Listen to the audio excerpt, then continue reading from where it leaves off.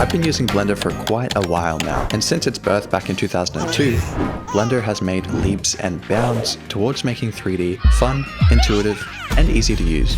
But even after all these incredible advancements, one problem still remains. And this is a problem that I get asked every single day. So in this video, I'll break down 3 key elements that will massively improve your Blender performance. Every Blender scene from 3.0 and onwards comes with default render settings. The old way to optimize this would be to reduce your samples and enable denoising. But now there's a new and more efficient way to optimize this, and that's with the noise threshold. The default is set to 0.01. And honestly, you can change this to up to 0.1 or even 0.2, and you're not going to see any major issues. In fact, I'm so confident in this that I bet you can't tell me which one of these 2 images was rendered with the optimized settings. You might be saying, Smeaf, it's the same image. First of all, and second off, I'll show you the results at the end of the video. Have you ever had a project where the viewport playback was so slow that you had to spend 10 hours over the course of 4 days trying to figure out what the problem is? Searching forums and Reddit posts because you're shackled to a 9-to-5 job that you hate and sucks your soul day in and day out? Me neither, but this is how you fix it. First, come to your timeline and under the playback, click this option, Frame Dropping.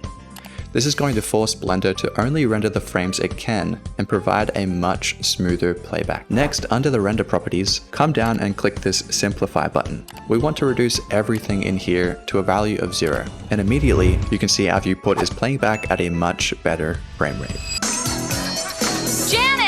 I'm not sure if you know this, but oftentimes lights can be one of the most taxing objects in a scene. So here are a few settings that I use to massively optimize the render times. The first option is under light paths, and there's actually a cool drop down here with a bunch of preset options that you can experiment with to get different results.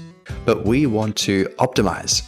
So with the default settings, I'll set the total bounces to be anywhere between 1 to 5. Another great option to use in conjunction with this one is located under the Performance tab.